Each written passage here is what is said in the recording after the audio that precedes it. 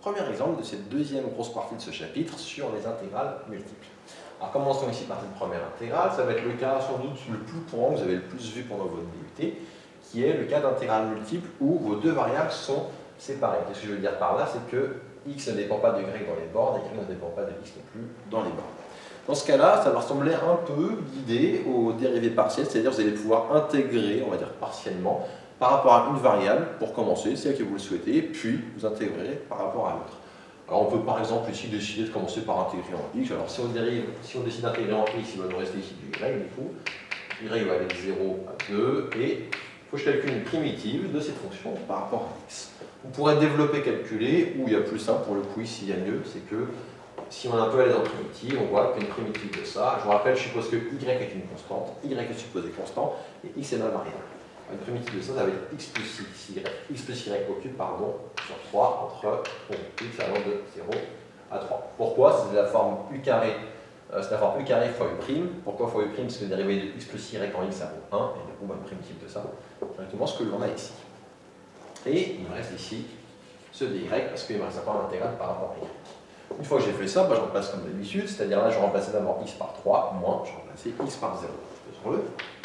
Ça me donne l'intégrale. Je n'ai pas besoin de mettre y, ça va rester juste 0 à 2, alors je doute. Donc quand je remplace x par 3, je vais avoir du 3 plus y au cube sur 3. Moins, je remplace x par 0, je vais avoir du y au cube sur 3. Et il me reste maintenant, du coup, à calculer ça, maintenant par rapport à y, parce qu'il ne me reste plus que y comme variable. Donc je vais faire la même chose, je calcule une primitive. La primitive, ça va me donner du primitive de ça, c'est comme en haut, vous avez compris en haut, vous allez comprendre là aussi. Ça va donner du 3 plus y puissance 4 sur 4, il ne faut pas que j'oublie le fois 3 qui était là, moins y puissance 4 sur 4 fois 3, entre 0 et 2. Je vais donc avoir en 2, ça va me donner du 3 plus 2 de 5 puissance 4 sur 12, moins en 0, ça va donner, pardon, j'ai oublié d'abord, je remplace y par 2 ici, donc moins 2 puissance 4, toujours sur 12, et après, en 0, je vais avoir moins la valeur en 0. Ça, en 0, ça va donner 3 puissance 4.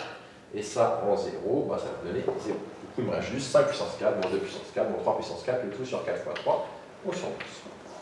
5 puissance 4, ça va donner... Alors, on va avoir du 5 au carré, ça fait 25, fois 5, ça va donner 125. On va avoir du 625. Moins 2 puissance 4, ça va donner du 16. Et moins 3 puissance 4, ça va donner du 80. Du coup, sur 12. Ça fait donc 625 moins 16 moins 81, ça fait donc 625, on peut le faire par étapes. 625 moins 16, ça va donner du... je suis d'abord moins 16 moins 81, ça fait du moins 87. 625 moins 97, bien évidemment. 625 moins 97, vous faites moins 100, vous faites plus 3, ça fait 525 plus 3, ça fait 528 sur 12. Est-ce qu'on peut simplifier ça? Oui, sûrement, ça va pouvoir simplifier. 528 sur 12, ça va donner, alors si on divise d'abord par, enfin, je suis très à l'aise de trouver direct, mais bon, on va aller par étapes. Si on divise par 2, 528 divisé par 2, ça va donner du 200, que je ne me gourre pas, quand même, ce serait dommage. Du 200... Je suis en train de me fatiguer le cerveau, on dirait bien. 528 divisé par 2. J'ai un gros bug, c'est horrible. 264, pardon, sur 6. Je crois que je commence à fatiguer un peu. Ensuite, on va diviser par 2. 264 divisé par 2, on va avoir du 132 sur 3. Il se trouve que 132 sur 3, oui, ça simplifie encore. Pourquoi? Parce que 1 et 3, 4 et 2, 6. Donc du coup, comme 6 est un équipe de 3, on peut encore diviser 132 par 3. Et 132 par 3, ça va donner du 44. Et là, je crois que je ne me suis pas trompé. Voilà, très bien. Donc voilà ici pour le calcul de cette intégrale multiple, cette intégrale double, où l'idée c'est qu'on pouvait faire n'importe ce qu'on voulait parce que les bornes ne dépendent pas l'une de l'autre. Regardons ce qui se passe ici. Ici, ce qui va se passer, c'est que quand j'ai mes bornes, x va de 0 à 3, et y va de 0 à x. Donc ce coup-ci, j'ai une dépendance dans mes bornes. Quand j'ai une dépendance dans mes bornes, la méthode va être grosso modo la même, à un détail près qui n'en est pas un détail, c'est que là je n'ai pas le choix sur dans quel ordre je vais commencer à intégrer. Là ici, comme j'ai y qui dépend de x, je suis obligé de commencer par intégrer par rapport à y. Ça me donne une valeur en x, il va falloir après rajouter tout le reste. Donc là je suis obligé de commencer à intégrer par rapport à y. Donc là on va le faire. On va faire égal. Donc ce coup-ci, quand on commence à intégrer par rapport à y, on a x qui vaut de 0 à 3. La primitive, c'est la même qu'avant, forcément, c'est la même fonction, donc x plus y au cube sur 3. Est-ce que c'est symétrique en x sur y? Donc je commence dans un sens ou dans l'autre, je vais avoir pareil. Pour y qui va de 0 à x, et ici dx. Ça va donner intégrale de 0 à 3 de. Je remplace d'abord y par x. Quand je remplace y par x, ça va donner du 2x, le tout au cube sur 3. Moins, je remplace y par 0, ça va donner du x au cube sur 3. Ça va faire ici intégrale de 0 à 3. 2x, le tout au cube, ça va me donner du 8x au cube sur 3 moins x au cube sur 3. Hop, je vais le marquer ici.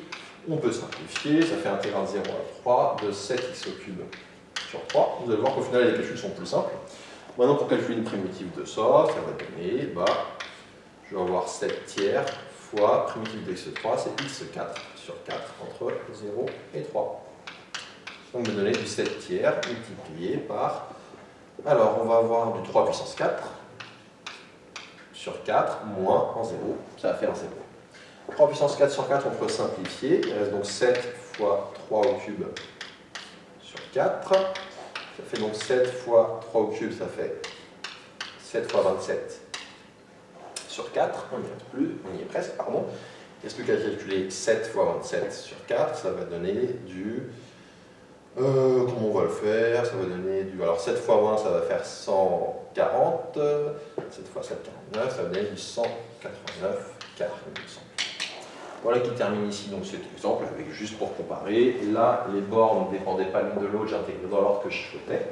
Là, je vais commencer par i, j'aurais pu commencer par y, j'aurais trouvé le même résultat. Là, je voyais qu'il y avait une borne qui dépendait de l'autre, y dépendait de x, donc je n'avais pas le choix, j'étais obligé de commencer à intégrer par rapport à y pour pouvoir ensuite avoir le résultat.